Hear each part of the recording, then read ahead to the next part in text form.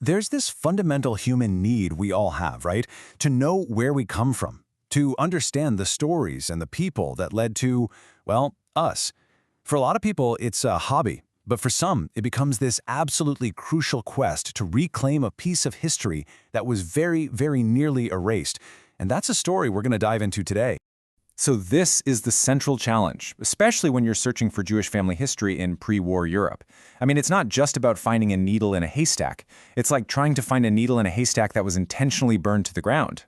So it's no secret that tracing our family trees is a huge deal for millions of us. It's apparently the second biggest thing we do online. But for one British academic, this popular hobby turned into an urgent mission, one with very real-world consequences.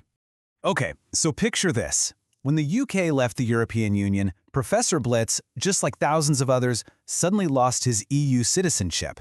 But he had a potential way to get it back, through his ancestors. So this wasn't just about curiosity anymore. This was about recovering his rights. The whole thing boiled down to one specific goal. He needed a single official document, a birth certificate for his grandmother, Anna, who was born way back in 1891 in a town that was then part of the Austro-Hungarian Empire. Sounds simple enough, right? Well, not exactly.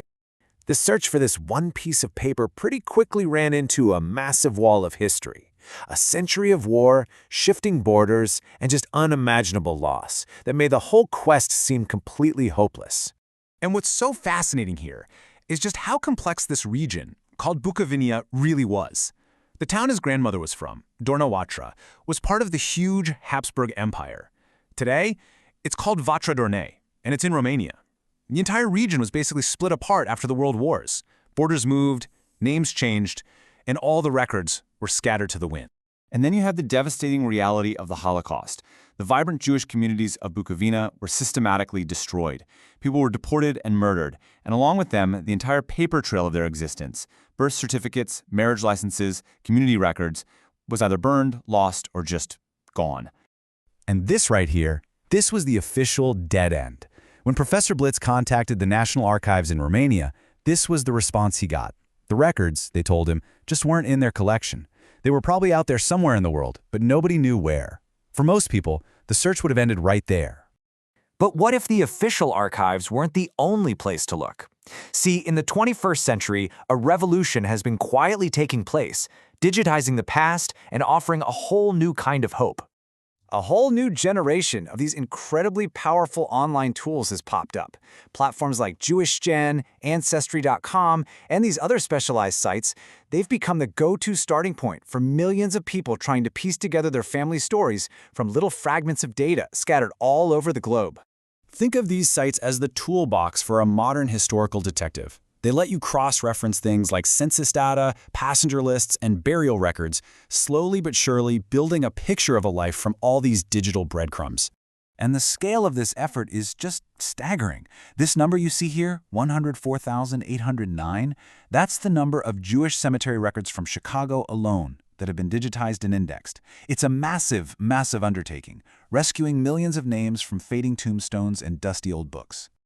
So that begs the question, right? Who is doing all this incredible work? Who is building these huge digital libraries of memory? Well, the answer might actually surprise you. For the most part, these invaluable resources weren't built by governments or big tech companies. Nope. They were painstakingly put together by a passionate global community of volunteers, citizen archivists who are dedicated to preserving a history that was almost lost forever. And their process is just incredible. It's not just clicking a button. These volunteers actually travel to these remote town halls, they find forgotten record books in dusty basements, and they carefully photograph thousands of brittle pages. Then comes the really hard part, deciphering and transcribing this complex, old-fashioned handwriting before they upload it for people like you and me to find. And this is where our story takes a huge turn. Because citizen archivists, people like Edgar Hoster and Julie Dawson, had physically gone to those town halls in Romania, and they found, photographed, and transcribed the very same birth records from Dorna Watra that the official archive had said were lost. So what does all this incredible effort actually mean for someone searching for their family? Well, it means these moments of connection that feel, honestly, nothing short of miraculous. Just take the story of Amy Cohen. After a really long search, she found a photograph of her ancestor's tombstone on JewishData.com. And as she says here, the cost didn't even matter. She was so determined, she paid it just to see that image, to have that real, tangible link to a name from her family's past. And what's amazing is that these records hold all these unique clues. For genealogists, Jewish tombstones are especially valuable because they traditionally include the name of the deceased's father. Just that one detail can push a family tree back an entire generation. But first, you have to learn to read the past, often in a completely different alphabet. And this brings us right back to Professor Blitz.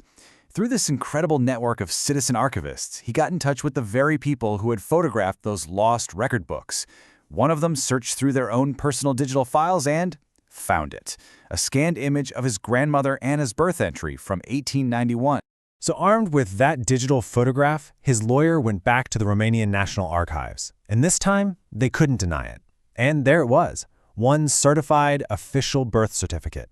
The impossible document, the one that proved his connection to a world that was nearly erased, was now in his hands. This entire journey, from a modern political event like Brexit all the way back to a dusty 19th century ledger book, was made possible by this amazing combination of digital technology and just passionate human dedication. It really proves that even when history seems lost, fragments survive just waiting for someone to piece them back together. Which kind of leaves just one question, doesn't it? What stories are waiting in your past?